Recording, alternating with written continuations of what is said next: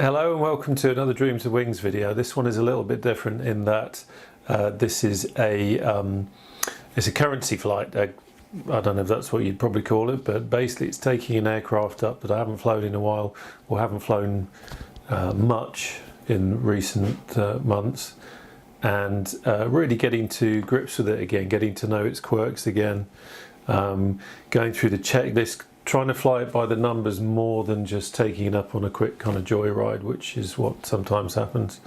I've been spending a lot of time in the Spitfire recently, doing the Silver Spitfire longest flight route, so I haven't had a lot of chance to fly much else, and the Mustang is one of my favourite aircraft, but I've not flown it much, so this is an opportunity, or this flight is an opportunity to get back in it again, do a touch and go, do a few aeros, and just feel it out again. It's a very interesting aircraft. There's a huge amount of torque in that engine, and whereas some other aircraft are easier to handle, this one needs a bit of taming, and especially when it comes to the takeoff roll and aerobatics. And one of the things with this aircraft that people who are new to it often find is that they almost find it too difficult to start off with, and they kind of give up because they just think something's broken or something's not working correctly. And it's not, it's just a real challenge. These Accu-sim aircraft, especially the Mustang, are quite a challenge to get hold of. But the beauty of it, the real enjoyment of it, is when you've cracked it. And when everything just happens as it should do, then it just feels great, and that's what it's about. This isn't your kind of stock sim aircraft, which is very easy to fly, almost runs on rails. This is a you know, a living, breathing aircraft that will throw you off if you don't get it right. And this is really why these guys are involved in projects like the simulator down at the Bulkby Flight Academy. They make simulators for real pilots to train on, so they know their stuff, which is great, because they give us a great aircraft to fly. Anyway, so what we're going to be doing is take off from Goodwood. We're going to fly from Goodwood over to Portsmouth, overfly Portsmouth, head over to the Isle of Wight, go round the southern tip of the Isle of Wight, go to Bournemouth, land at Bournemouth International Airport, or do a touch and go at Bournemouth International Airport, go up to Salisbury, head east from Salisbury down to Winchester, and then go back to Goodwood. Nice simple flight, just gives us an opportunity to get used to the aircraft again and have a little play around with it. So it should be good fun. I just also want to say thank you to my subscribers. It means a heck of a lot to me that you guys have signed up to watch future content. It's what keeps me going in terms of keeping this channel going. It gives me inspiration to try new things. I'm going to be adding more GA, for example, in future. I tend to be quite Warbird heavy because that's where my interest lies, but I know a lot of people want to see more GA, so that's something that I'm going to be adding in. If you're not subscribed to the channel, please do. It's great to see new people coming on board, and the reason why I do it is for people to watch it. So if you haven't already subscribed, hit that subscribe button, and I will be much appreciative of it. Anyway, so why don't we get going? So first of all, it's worth reviewing just how Second World War pilots could have trained to fly, starting with the beautiful Tiger Moth there first of all, then moving on to the T6 Harvard, or T6 Texan as it was called in the US, and then of course moving on to something more advanced and probably their final aircraft, which they would actually go to war in, which of course here we have the Spitfire, just because it's gorgeous. And that's really your three steps. Now first of all we're going to see what goes wrong with a takeoff when you just climb into this and you're used to a kind of a standard stock aircraft. We've got our fearless test pilot here in his silver Mustang, no paint job, insurance is cheaper, and he's going to show us what happens when you jump into one of these things and you just go for it, open the throttle and take your life into your own hands.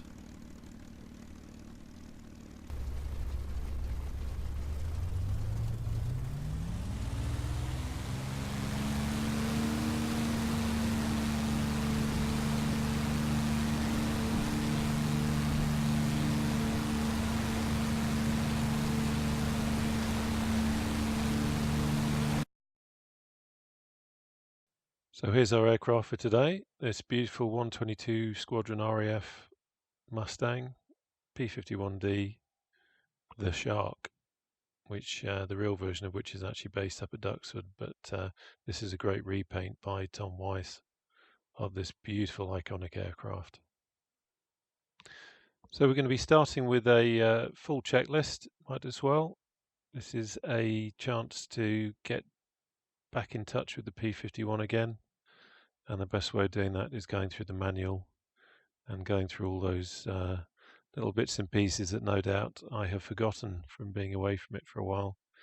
And the flights that I have taken, I haven't really been following the checklist. That's very naughty and I get in trouble for that. But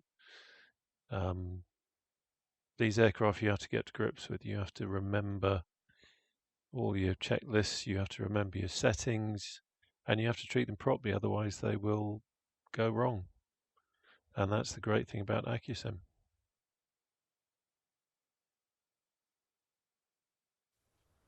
Okay, so let's start with a few preliminaries. We will pop into the maintenance hangar, just check everything is good. If you're used to AA, you know what this is. A2A, you know what this is. If not, this is a great little feature that you get with these aircraft, where you can actually check the condition of the aircraft. Talking about Accu-sim, you're talking about the possibility that things might go wrong, that things might get worn out, that if it's operated incorrectly you might have issues. And this is where you come to find out if there's a problem with the aircraft. It's going to tell you here. You can also then go in and you can check the engine, see that everything's in the green, which is good, and you can even do a compression test. Now at the moment those cylinders are okay, but they're getting to that point, I feel, where perhaps at some point we might start replacing some. But you can see everything else is in the green. If we had any issues, you would see it down here. So that's looking good. Otherwise, nothing else we need to worry about. 22.3 hours on the airframe and the engine. So that is since, I think, around about February, when I had a pretty awful Windows 10 crash and I had to reinstall everything, and I lost all my A2A logs. Prior to that, to be fair, I actually probably only had about 20 hours on it anyway. Yeah, not a huge amount of experience on this aircraft, which is a shame and something I'd want to put right, because it is beautiful. The Spitfire will always be my first love, but the P-51 is a fantastic aircraft, which you're probably going to hear me saying a lot, but anyway, there you go. So that's where we are with that. Now we want to pop into the payload and fuel manager menu, top up all our bits and pieces. Happy with that.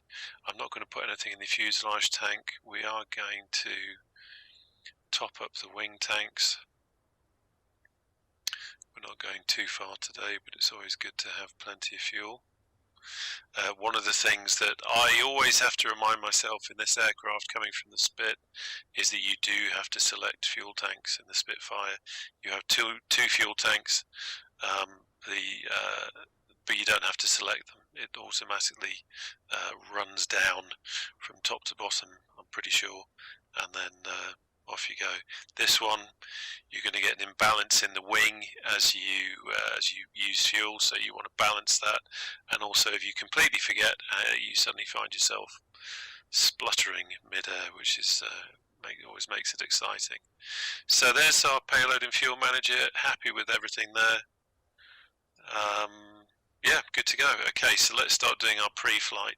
So my head angle here looking over to the left is because I'm looking at my second monitor and I've got my checklist up on that, so I'm not gazing out into space. There is a reason for this view, but there you go. So adjust seat and rudders for height and length. Well, we'll assume that we've done that. Check ignition switch is off. It is. Set parking brake. Parking brake is set. That's good. Check bomb and gun safety switches are off. We're not armed. We're not going to be going into combat today, so we don't need to worry about that. See that the landing gear control handle is in the down position. Now this is where I start to, yeah, there we go. It is. Unlock controls. Let's unlock our controls. That's good. Control lockers are good in the bay, yeah, we know that. Pull the plunger on the left side to unlock controls. Well, I think we've kind of done that. Fasten seat belt and shoulder straps. We'll assume we've done that. Set altimeter to correct barometer pressure. So let's quickly go up to our active sky weather request and current active weather. We are looking at 1019. Get rid of that. Yep, get rid of that. And over here, let's see if we can get one down. 1019.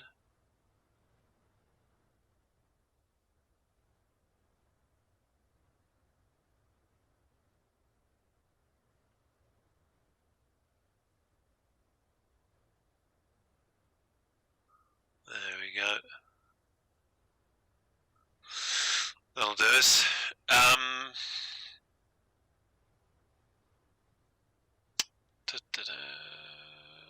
Okay, just quickly checking something. Check bomb, unlock controls, plunger set fire, set trim, oil and coolant shutters door to fully open position as soon as battery cart is plugged in. So let's go ahead and plug the battery cart in. I tend to do that anyway at the moment, really, because I don't fly it very often. So it's always a good thing to use the battery cart or ground power unit as we have here. And if we quickly pop out to a good view, there we go. You can see that in situ there. So we've now got ground power, don't have to worry too much about the battery. We've got the battery off here because we don't need to have it because we have got the ground cart in. And as you can see, we've got green on the landing gear warning light, which indicates we've got electrical power, and also the gear is down and locked, which gives us a nice warm fuzzy feeling. We're not going to suddenly collapse anywhere. So we are going to now go over to our doors here, and we are going to open them.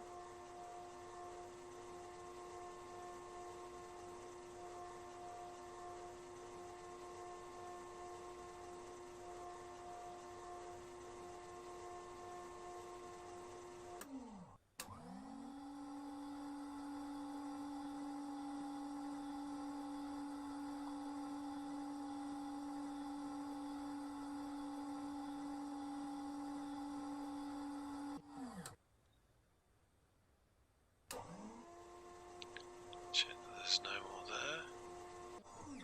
There we go, that's fully open now. Again, if we quickly pop outside and rotate this view round, you will see now. There we go, you can see that right at the back there. You've got those two scoops. Whoa, we've lost the view there. Come back. There we go. You've got those two scoops there, and that's what we've just opened. Normally you'd have that in the automatic setting, but that's what we're doing for the startup. Right, okay, so we've done that. Set trim tabs rudder at 5 degrees right. So that's actually already set, almost. And elevator, where was it? Elevator 2 to 3 degrees nose up. We've got empty fuselage tank, so we can do that. Okay, let's just have a quick look at that and see where it's calibrated. There we go.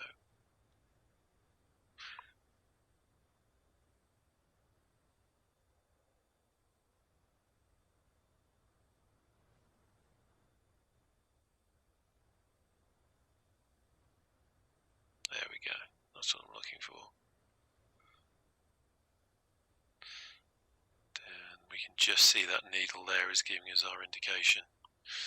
Sometimes not quite so easy to see when you're flying. Blah blah blah blah. Release hydraulic pressure with wing flaps. Okay. Wing flaps and flap handle to up position. So there we go. We're going to pull that up. I've got a lever to operate it, but I'll do it here. There we go.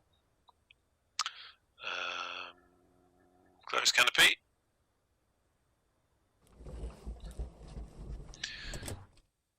So we've done that.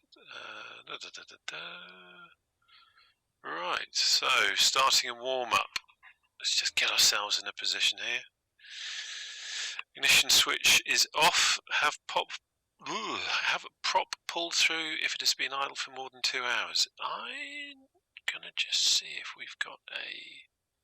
Don't think we've got a prop pull setting on this. Some of the other aircraft do, but not this one. We're just going to assume that the good old ground crew have done that for us. We've got our generator on. We don't need our battery on. I'm just going to quickly calibrate or move my controls just to make sure everything's working there. It is. So we want our throttle 1 inch open, around about there. Our mixture control set to idle cutoff, which is just up at the top there. We want our fuel shut-off valve to on.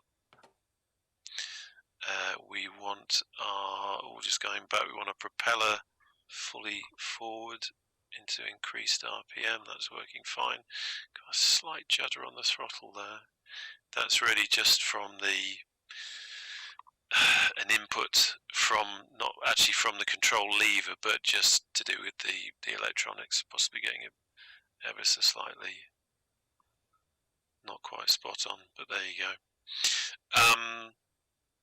Supercharger switch is automatic. Yeah.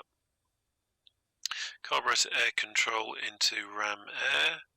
So let's move him up there and turn the ignition switch to both.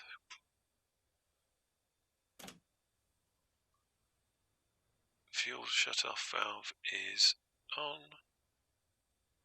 Something doesn't feel right. But yeah, fuel. Start again. Fuel shut-off valve is on. Fuel selector valve to. We're going to go for left tank, which it already is, which is good. That's good. That's good. That's good. Put the fuel pump, booster pump onto normal. And we want to check that we've got 8 to 12 pounds of fuel pressure coming through.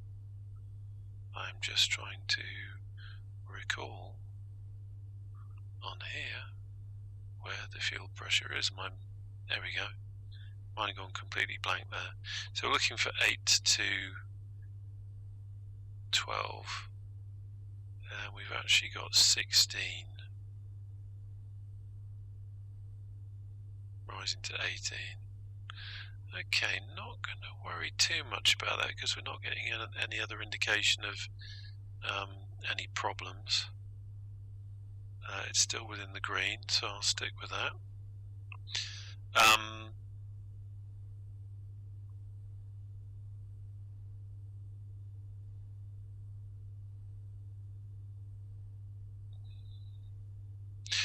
Yeah, not worried about that. So we'll give 1, 2, 3, 4 on the prime.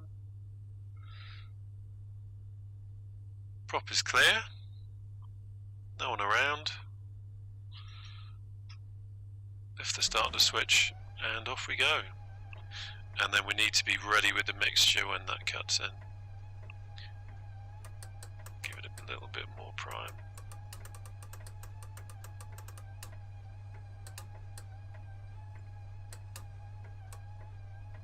Okay, and it's not starting.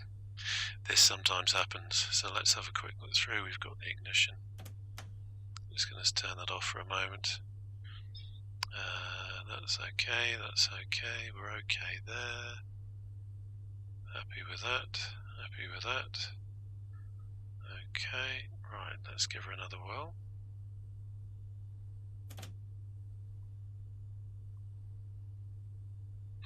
Do you know what? Where does it say? Yeah, we need to turn the generator on. We don't want the battery on, but we need to turn the generator on. Don't know if that will make much difference. We'll just put the position lights on as well over here. Right, second time, let's give it a go.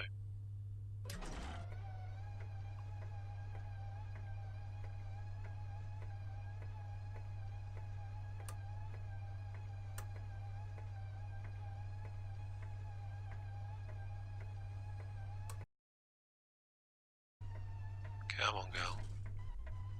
Come on.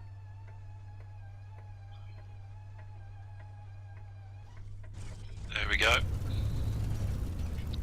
Okay, back off with that power.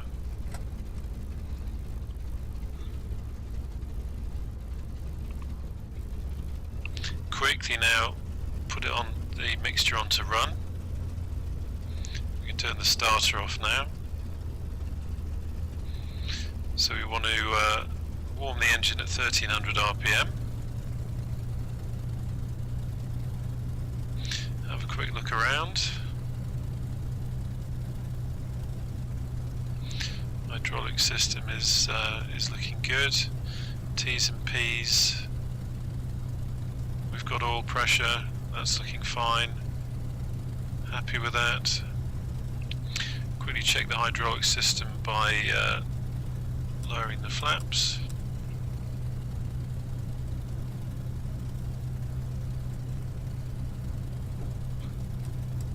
That's good. Interesting thing there, as I operated the flaps, even though I've got the brakes on, it started rolling forward a bit, so I guess that was some interaction between the brakes, brake hydraulics and the flap hydraulics, but that's that was interesting.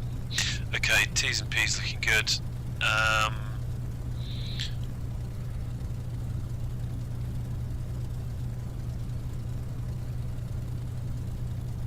Okay, this is an interesting one. Check both left and right main fuselage fuel systems by rotating fuel selector valve with booster pump switch in emergency. Well, the booster pump switch in emergency. Okay, I'm not seeing that setting. I don't know if it is actually on this aircraft. If anybody knows if it's on this aircraft, then please do put a comment below. But I'm not seeing it anywhere. New? I am not seeing it. Okay.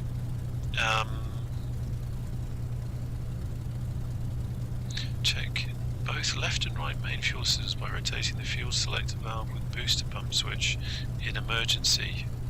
Check for 14 to 19 pounds square. Okay, so what we'll do is, fuel at the moment with our left tank is 18 with the fuel booster on. Let's switch to the other tank.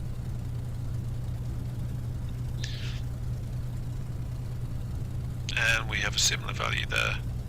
So both tanks working, happy with that. Next page.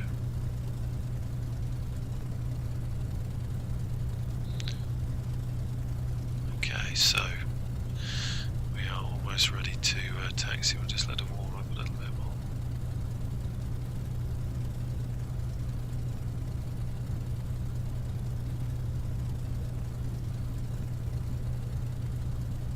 It just goes to show if you spend some time away from an aircraft like this, especially if you haven't been doing full checklist starts for a long time, it's amazing what you forget or what you're just not used to. I actually have an A4 checklist that I normally use, and it doesn't have some of these other details on it. And I'm using the checklist from the manual, so possibly the manual is actually more of a full checklist with some things that aren't actually on here, unless I'm just being a complete doofus and they're there somewhere. If they are, feel free to yell. Okay, How are we doing with our temperatures? Everything seems to be warming up quite nicely there.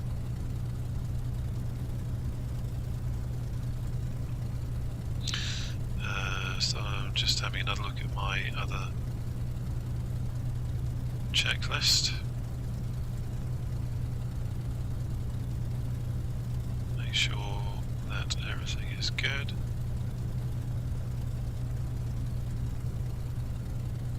Yeah, okay. Okay, so we've got 6 knots from 332. So we're going to take runway 32 here at Goodwood, which is just over there, so not too far. Warming up nicely.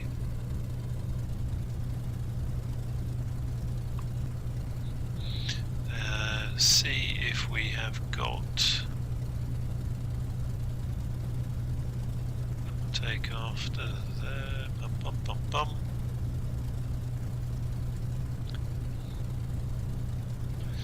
So oil pressure is still good. We're looking at there. Fuel pressure is good.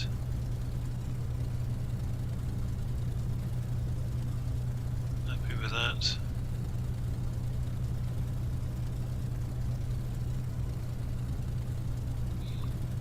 Okay, let's gently make our way over to the runway.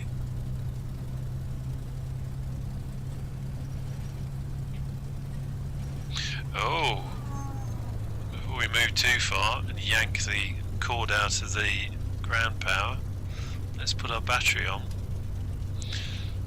And let's just, yeah, GPU's disconnected, as our amps. Okay.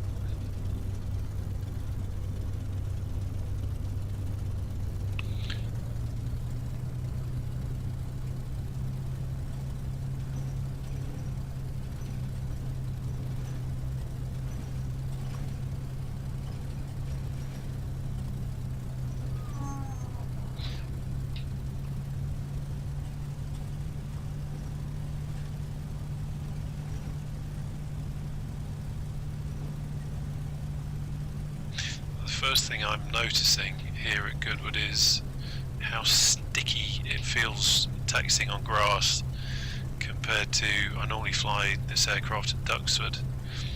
Sometimes taxiing a short distance on grass, but mainly on concrete, and it's amazing the difference there. How are we all looking now? That's good. Happy with that.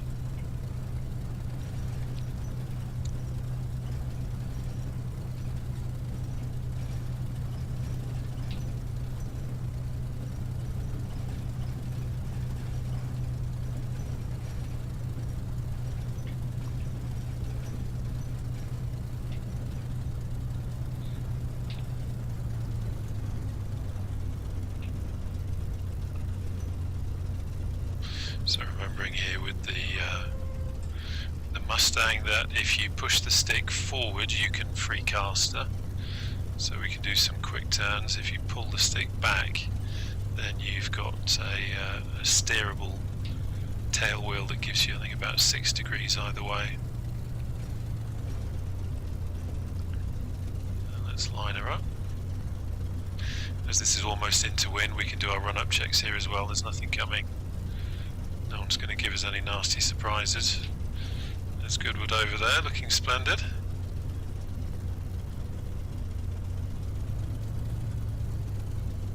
Okay, there we go. It's just right to touche. Okay, run up. I'm just checking, doing a couple of other quick checks here. Blah blah blah blah. Got the wing flaps up. We've got the all our shutters fully open, which is where they should be. Okay. I'm going to just quickly switch to my other checklist here. So we're going to run up to 2000 RPM, holding onto the brakes, taking it gently. So our suction 3.75 to 4.25. Yeah, it's about 4.5 there, but we'll take that, that's okay. Hydraulic pressure 800 to 1100. Yeah, we're okay there. Ammeter not to exceed 50 amps. We're not exceeding 50 amps. Oil pressure is good. We're looking for 80 to 70 pounds. Oil temperature 70 to 80 is good. Coolant temperature is 100 to 110, which is slightly under 100 there. But that's where we are. Fuel pressure 12 to 16. Fuel pressure is 17, 18, so it's quite high. So we're now going to go up to 2,300 RPM, and we are going to check our mags. Just watch that a little bit. There we go. So let's do our left first of all, and that's fine.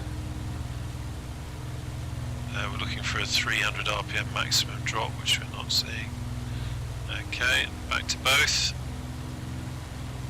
Let's go back to the right. No problems there.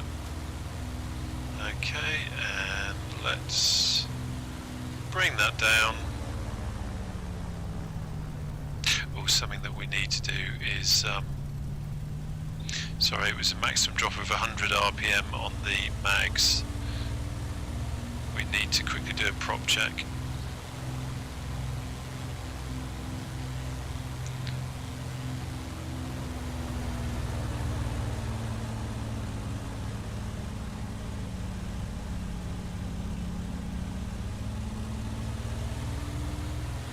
More than 300 RPM drop there, but maybe I'm not doing that correctly. Let's just bring that back a little bit, keep an eye on the temperatures. This is a good learning thing here.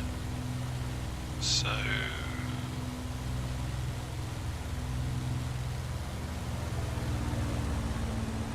okay, I must not be doing that right, because that's a lot more than 300 RPM maximum drop.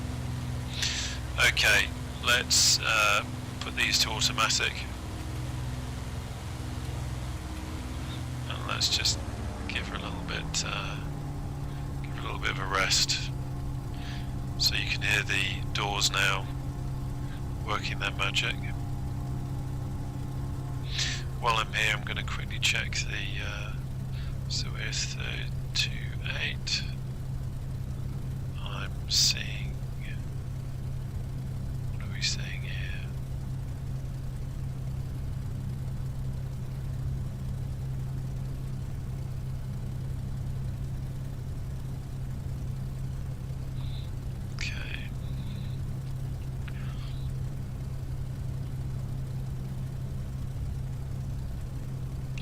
That's good. That's pretty good with the runway. Right, here we go. So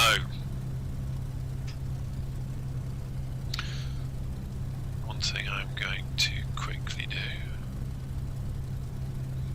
is just get the seat right. So quick check down here. Everything's good. Everything's good. Everything's good. Everything's fine. Propeller fully forward. That's cool. Happy with that. We've got a generator on.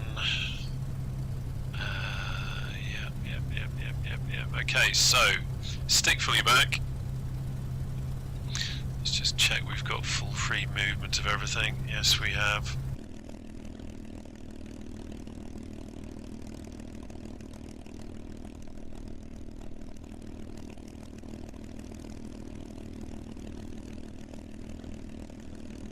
Okay, let's do it. Stick back. Go to 30 inches manifold pressure with the brakes still on. And let's roll. So we're rolling, keeping an eye on the rudders, start increasing some more. Start gently allowing the stick to come forward, a bit of right aileron as well.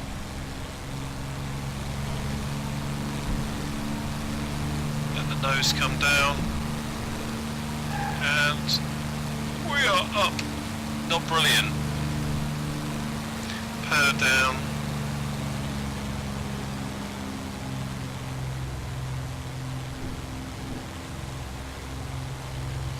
We're about 46 inches and 2,700 RPM.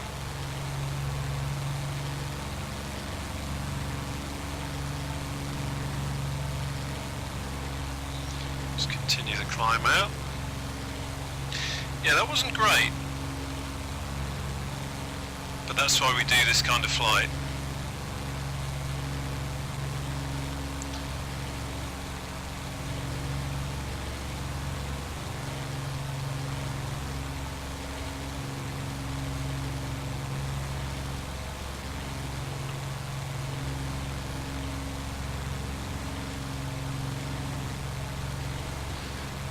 Interesting FPS issues there as well.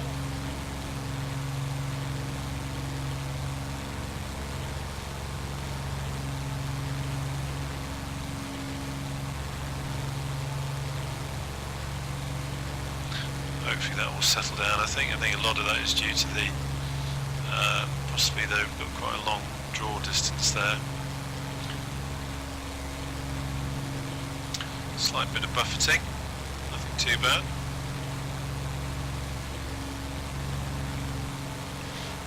Check of our T's and P's, everything's good.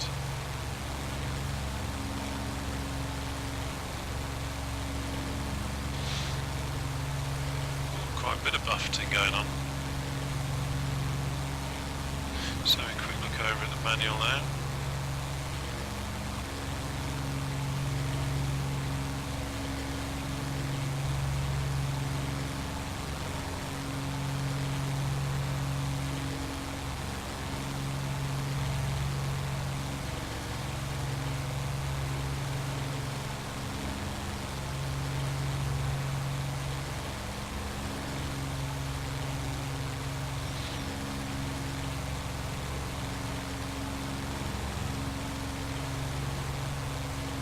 Is good. Now we're going to put it into cruise setting now. So power back down.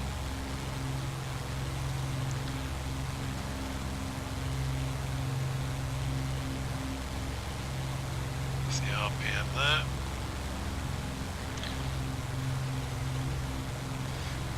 Let's have a look at the scenery. So we're going to run over to Portsmouth first.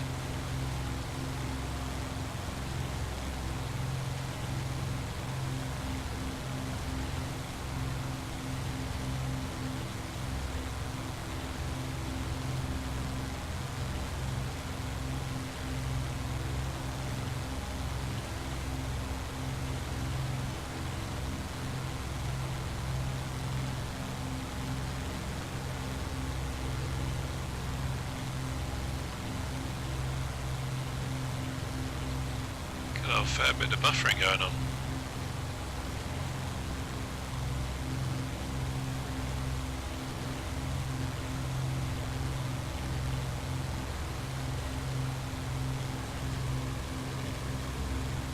Just do a quick check of the FPS.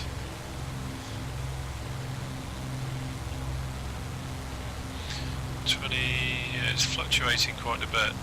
I wonder if it's something to do with the cloud. Sometimes cloud can have, or certain times the cloud can have an effect. But here we are coming over Portsmouth now.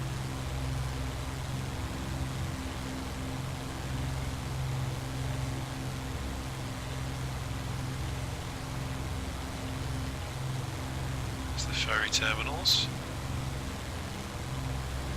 And of course the naval dockyard. Oh, we've got an aircraft carrier, that's worth a look.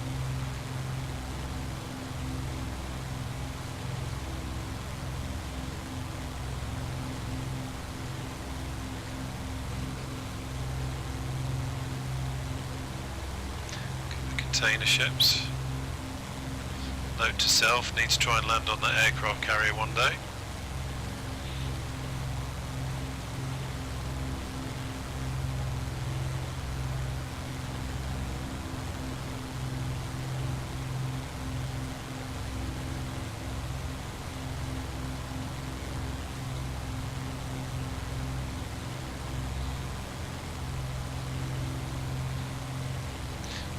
head over to the Isle of Wight, have a quick look around, see everything's where it should be. T's and P's. Looks good. Fuel, good, good. They're the old forts. I'm just going to actually just switch tanks just to balance us out a little bit.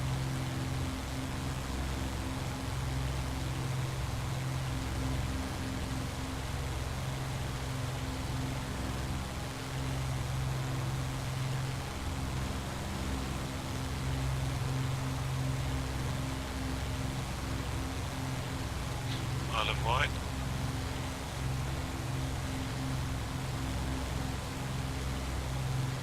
Really is fantastic detail with this ORBX region.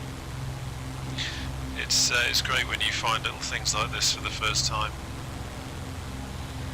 I feel sorry for the guys that were actually based on those things. Don't know how long they had to stay there for, but yeah, I'd rather be up here in an aircraft if I had to go to war.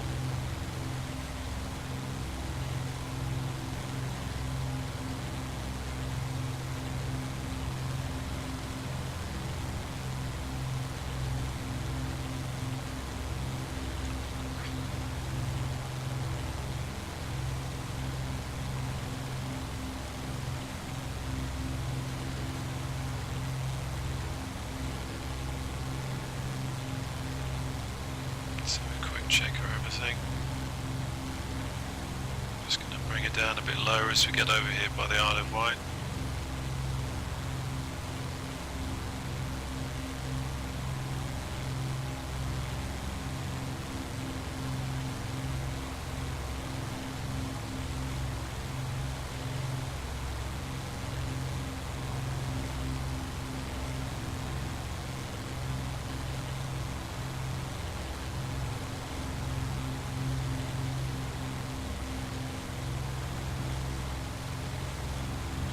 Sand down.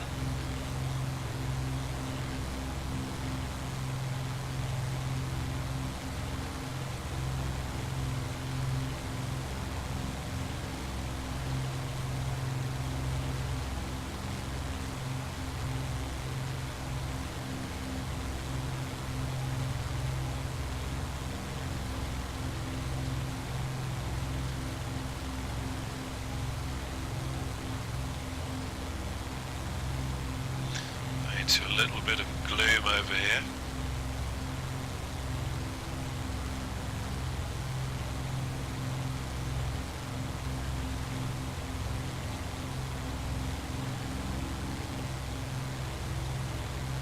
Check our settings.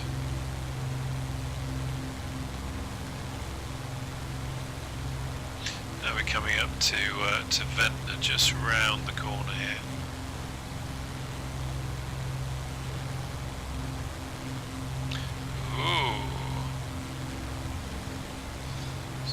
Something loaded in then, I suspect some more cloud.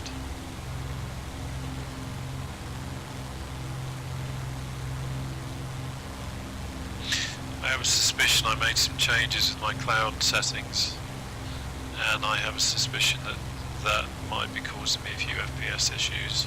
There's Ventnor.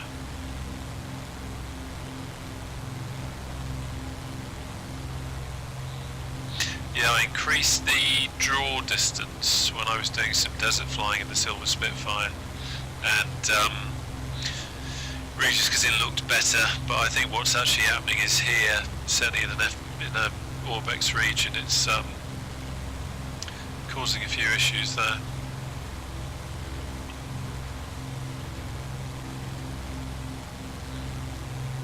In fact, what I might do while we're on the fly is I'm just going to remember where. I don't know if you'll be able to see this, but I'm just going into active sky,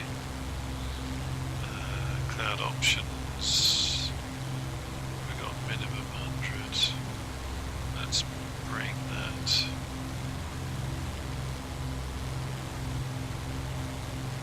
down there. Don't know when that'll kick kicking, but see if that makes things a bit easier.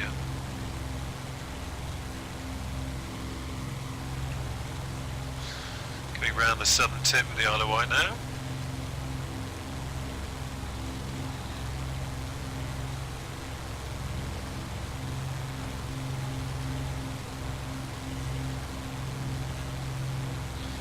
You start flying low to water like this, it's always something you have to really be very wary of, because it's very easy to tip in.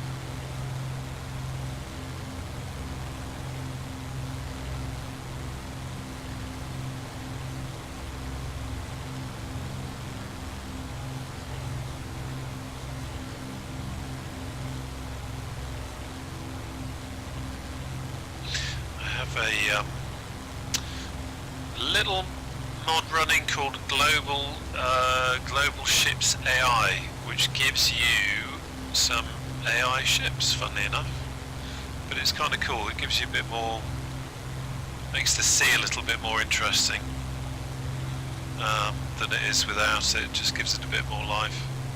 I think I've got my settings fairly low, so it's not going to give you a huge amount, but just enough to make it a bit more interesting. We'll go and buzz these guys.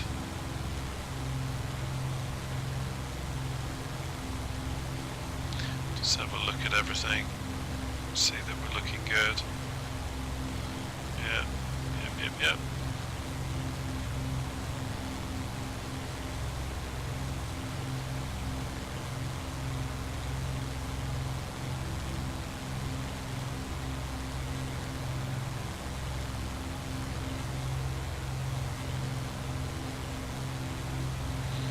Hello.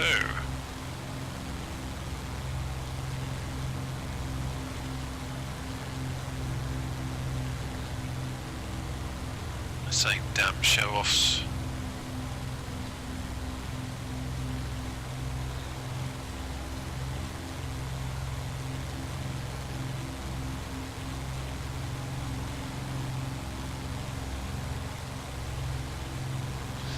So I think our setting might have kicked in. I'm not entirely sure. Still feels the FPS still feels a little bit funny. Anyone who does this knows that you change settings and sometimes something just isn't right and you get FPS issues. ORBX FTX England is quite heavy on the FPS. I have my settings quite high from flying in the desert in the Silver Spitfire, and yeah, that along with the cloud distance, draw distance has probably not helped too much, but we'll see. I don't think it's kicked in yet, the adjustment I just made.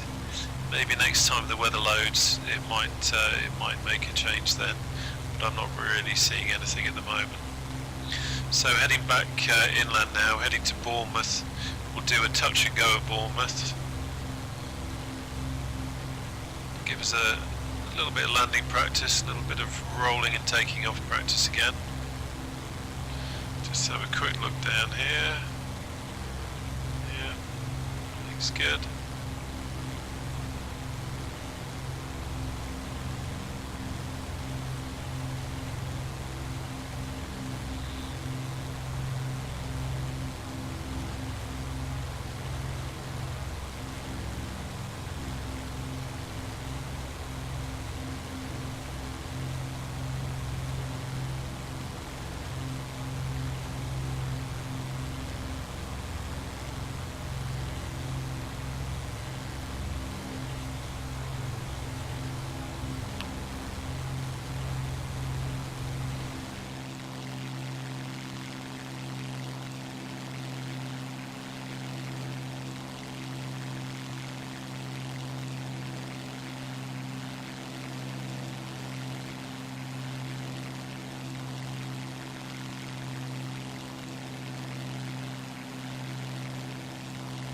So let's do this.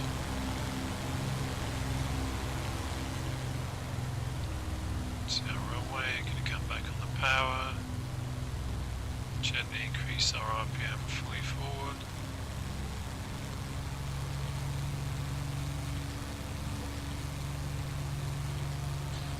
A lot of turbulence.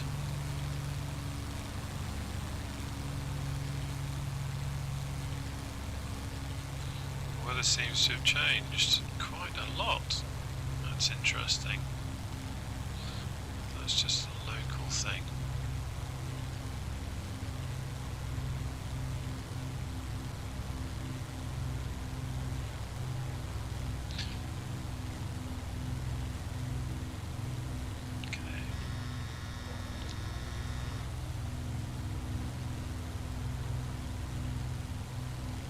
Reduce the power a bit, start doing a descent.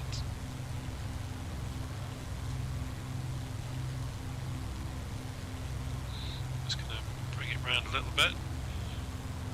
Just need to lose some of this height and speed.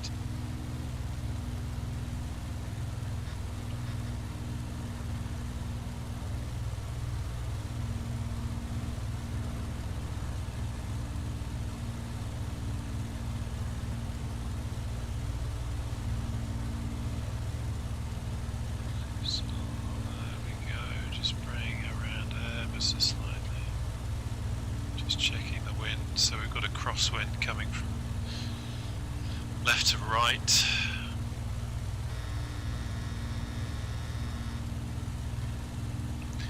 Buzzer again is the gear warning because we haven't got the gear down. We're still a bit too fast, a bit too high.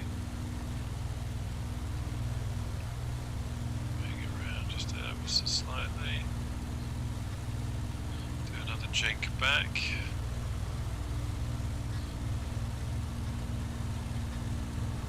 See if we can't get rid of some of the speed.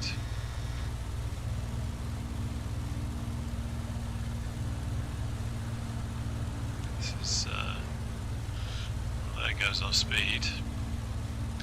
Okay, so let's gear down.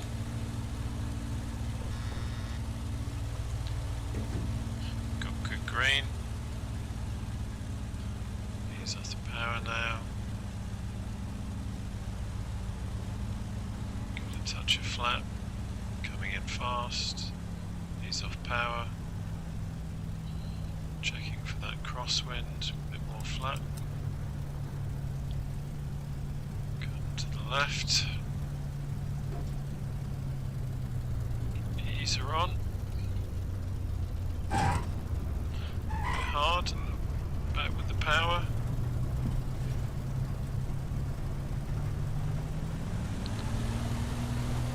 Lose the flap.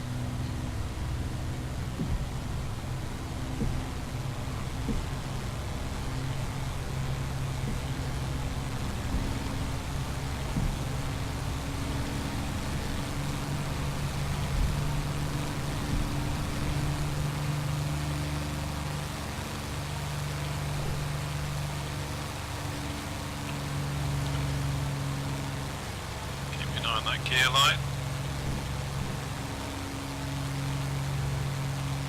Ease off on the power.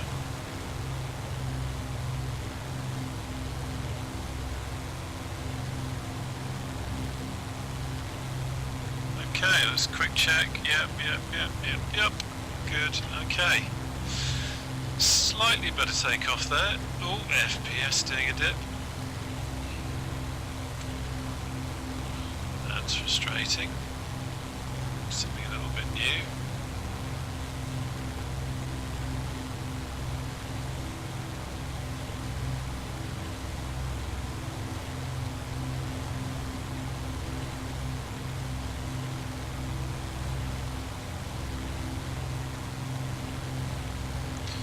Now we're going to head over to Salisbury.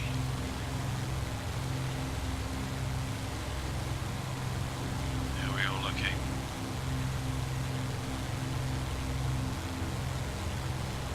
Okay, good. Take out that rudder trim that we've got in.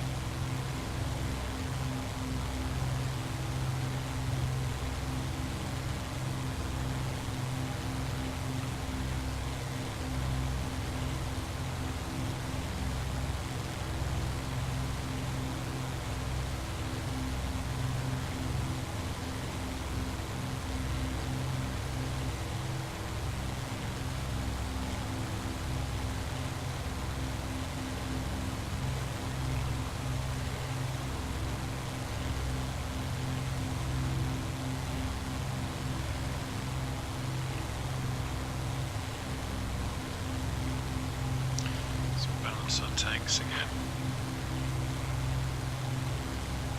Really do need to set up a button to do this so I've not got my head down in the cockpit. Don't really like doing that. Just a quick check outside. Actually gorgeous.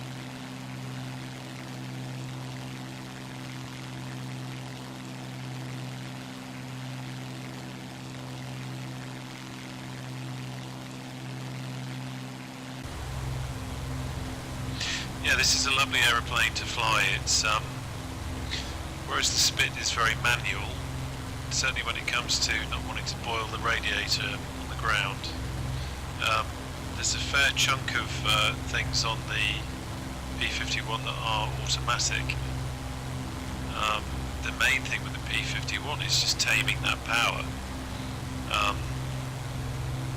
And it's why it's so important to do flights like this, to keep a hand in it, to remember where it's going to bite you. It's very easy to get used to how a particular aircraft flies and then jump in this, and with all that torque suddenly find yourself in trouble. It has different characteristics to the Spit. Certainly the takeoff roll, as we've said, is sometimes what puts people off, because it can be quite vicious, but the beauty of it is when you get it right. That's where the reward is in an aircraft like this, and why it's so good to stick at it. I keep saying that.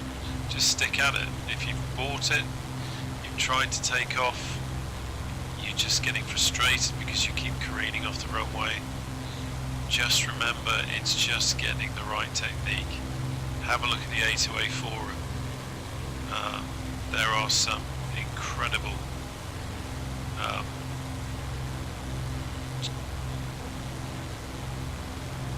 could say tutorials, but yeah, they are tutorials, written materials by some people who really do know what they're talking about.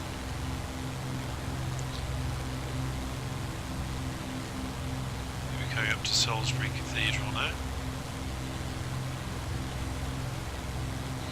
It's actually quite blustery today. This is a fair weather setting in active sky, but you can probably tell how much the aircraft's getting buffeted around. It might be just local, might be to do with terrain. So we're just going to loop round Salisbury Cathedral here.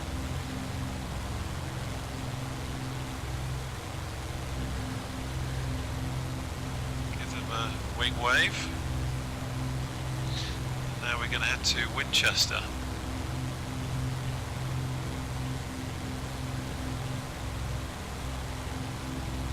Check of T's and P's. That's good. How are we on fuel? Fuel is good.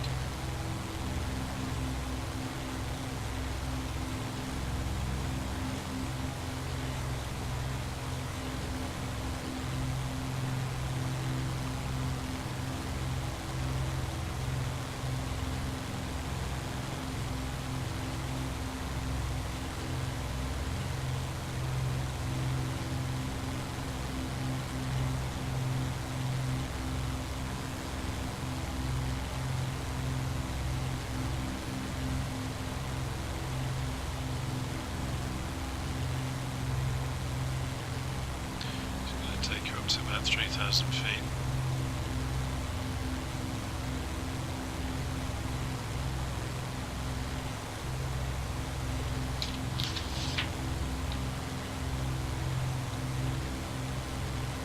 Running at almost maximum cruise settings really. Just giving it a good run.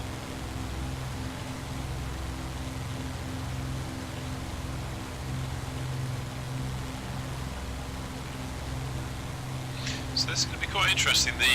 The weather appears to have changed.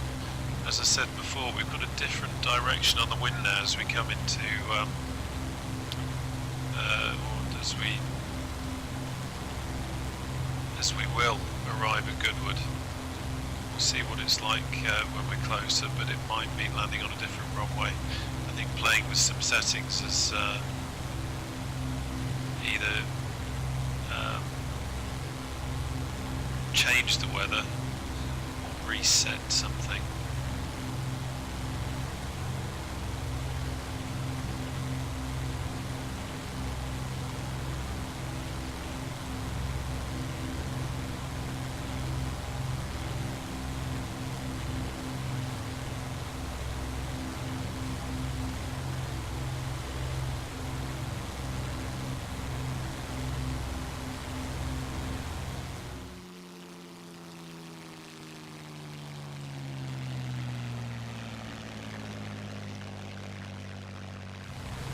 So there we have Winchester ahead. Quick check of everything. Everything's looking good. Descending now.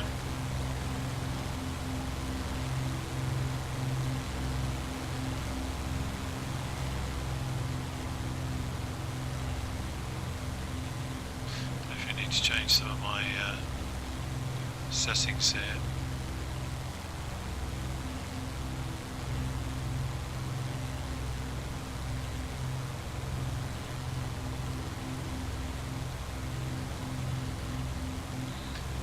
Southampton Airport over there.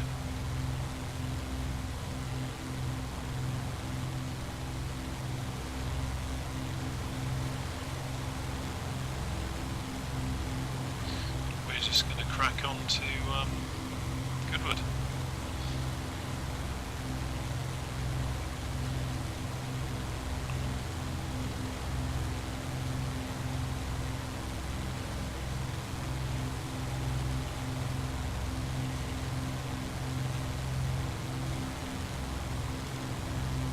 Do you know what? Let's have a quick look at settings.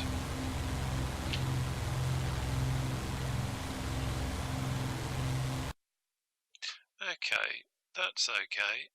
Quite happy with that. Level of detail. I think that's a bit higher than I would normally have it.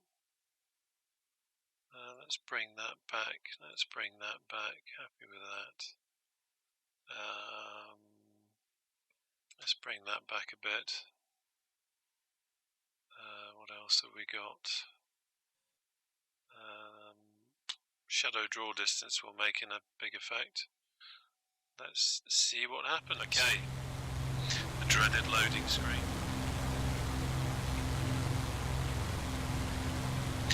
Yeah, that's a bit better. Feels a bit smoother.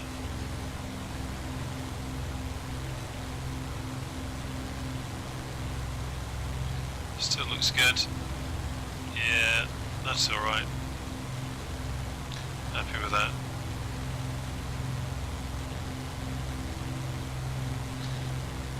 Just need to remember not to have my desert settings. Okay, let's go.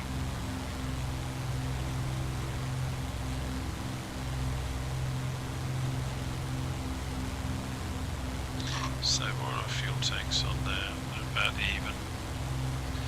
Now, one of the interesting things, or other interesting aspects with the Mustang is rolling it. Sorry, not rolling it, looping it. Has a tendency to wig out. So I am going to loop it, and let's hope for the best. I've found that with the key to this is just gentle movement. So let's bring it back. Bring it back, and there we go, we've lost it.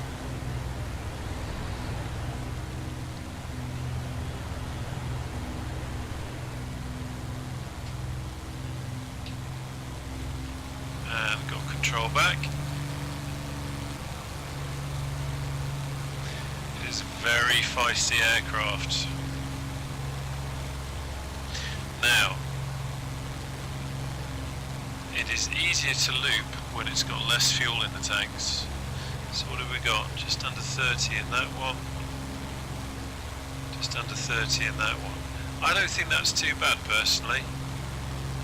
I think the torque got the better of us there. I used to loop it by closing the throttle over the top, and that took out some of the torque effect. So let's give that a try. some speed.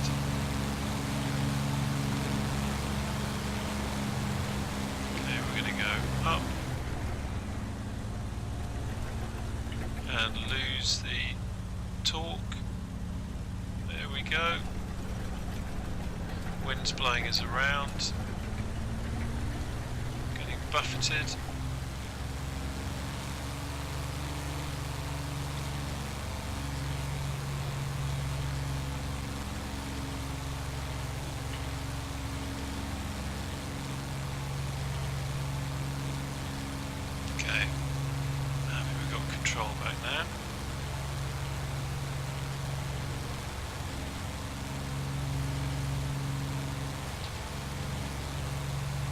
So there we go. It is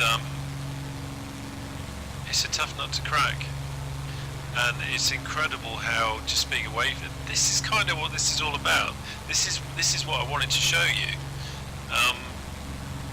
This is why this isn't necessarily a tutorial. It's more a case of you, if you haven't already, experiencing what it's like. You go away from an aircraft, you get used to another aircraft, you come back, especially something like this, and you can't do that beautiful easy loop that you used to do because you're out of touch. And this is why it's so important to do these familiarization flights, to connect back with the aircraft again and to feel it and to understand where it's going to do funny things.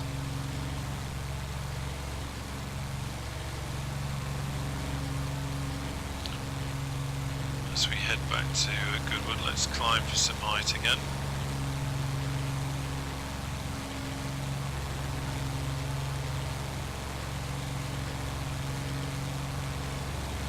And try another loop.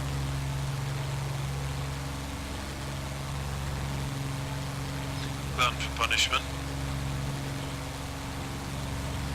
Well, he's not going to accuse me of showing off, because this certainly isn't showing off.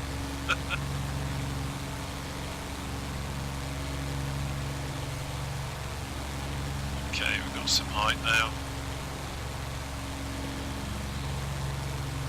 Nose down. Let's build up some speed. It's very blustery today, which isn't helping.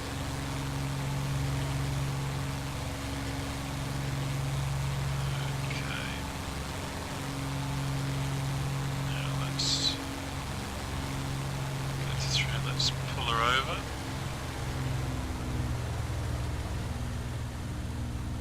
Chop the throttle into cloud.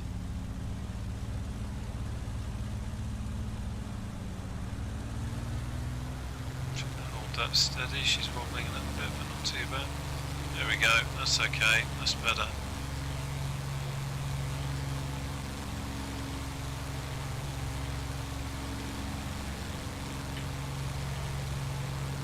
The next stage after that is to do a loop and keep the power on.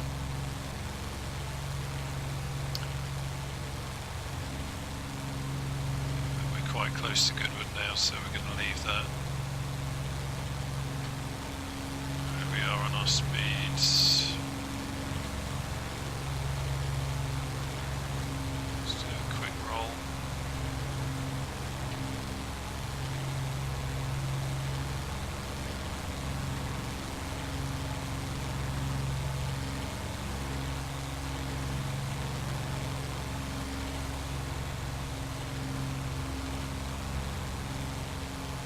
So, wind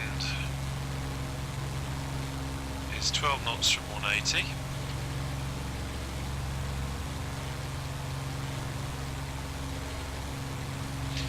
So I'm going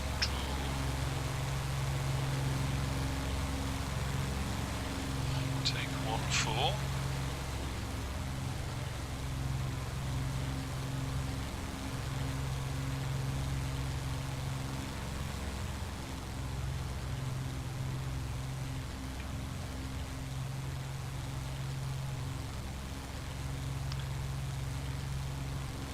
Visual with Goodwood, there it is. It's always a slightly harder one to spot.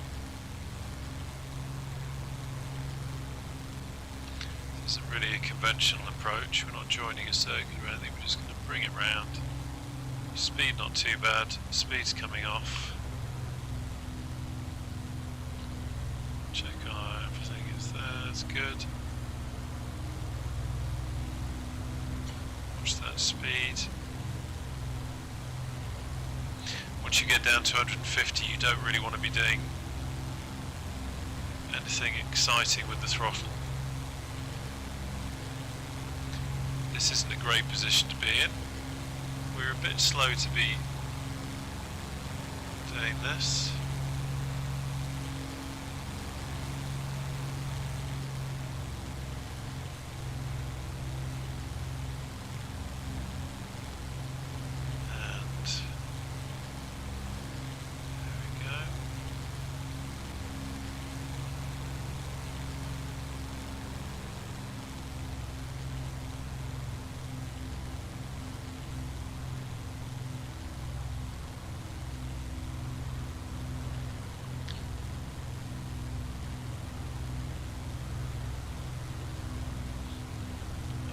Speed's increased a little bit, but we're looking better now. A little bit low. Slightly messy wave coming in, but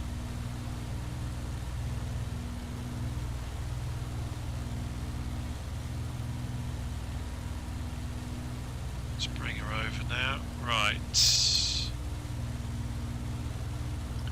Reset track IR position. Speed is coming down.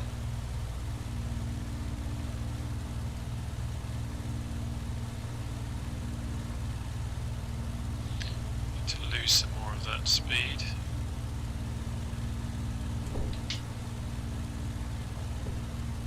Gear down.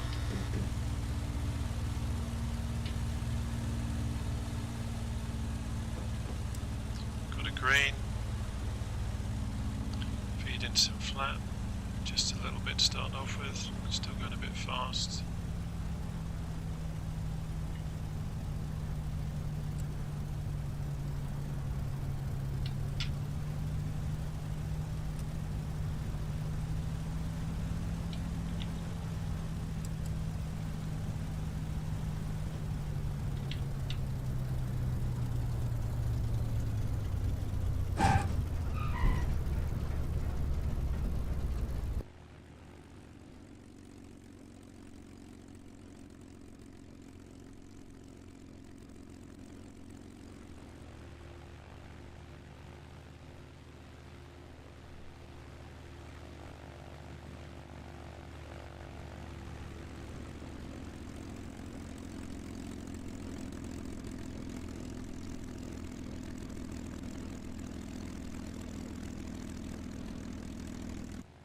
So there you go, hopefully that kind of gives you an idea of, if you haven't done this sort of thing before, what's involved in it. It really is testament to how complicated these A2A Accu-sim aircraft are, that you can't just jump into them and expect it to fly. And that's probably why, if you have got the, if you're used to normal sim aircraft that don't have this kind of fidelity attached to them, it could be why you're having frustrations, and you just got to stick with it. The pleasure is in nailing it, the pleasure is in getting it right and making sure that that you kind of know what you're doing and practicing.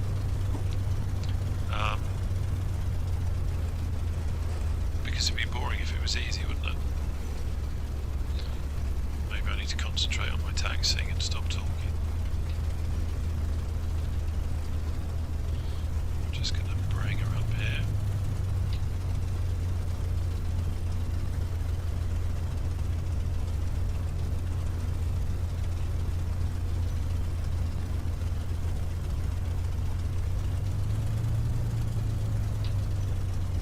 Okay, so let's quickly put the parking brakes on. Pull up the old checklist. After landing, raise flaps. We've done that. Booster pump off. Done that. Oil and coolant shutters open.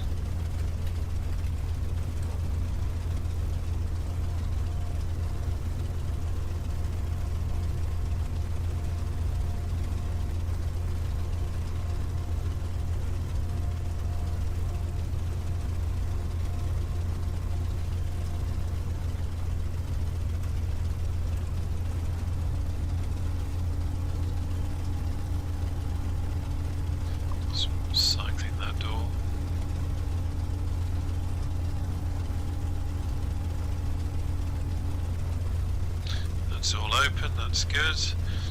Oil and shutter doors open, run engine to 1500 RPM.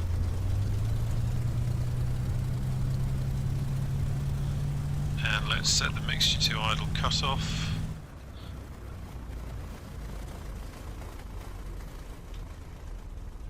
There we go, it didn't last long.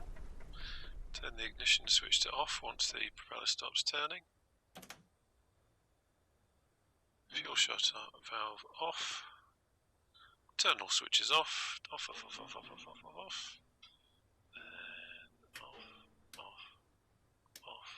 off. And there you go. We've done our little re-familiarization flight in the Mustang. I'll do some more of these, and certainly before I start doing any real flying in it, I'll make sure that I take it up, do some more practicing, and make sure that all the little niggles that we've seen today, things like the takeoff roll, certainly the aerobatics, the loop, that kind of stuff needs some more practice. But we've done it. We've done a flight. We've got back in one piece, and we've learned from experience, and that's what it's all about. So thank you for joining me, and I'll see you on the next flight.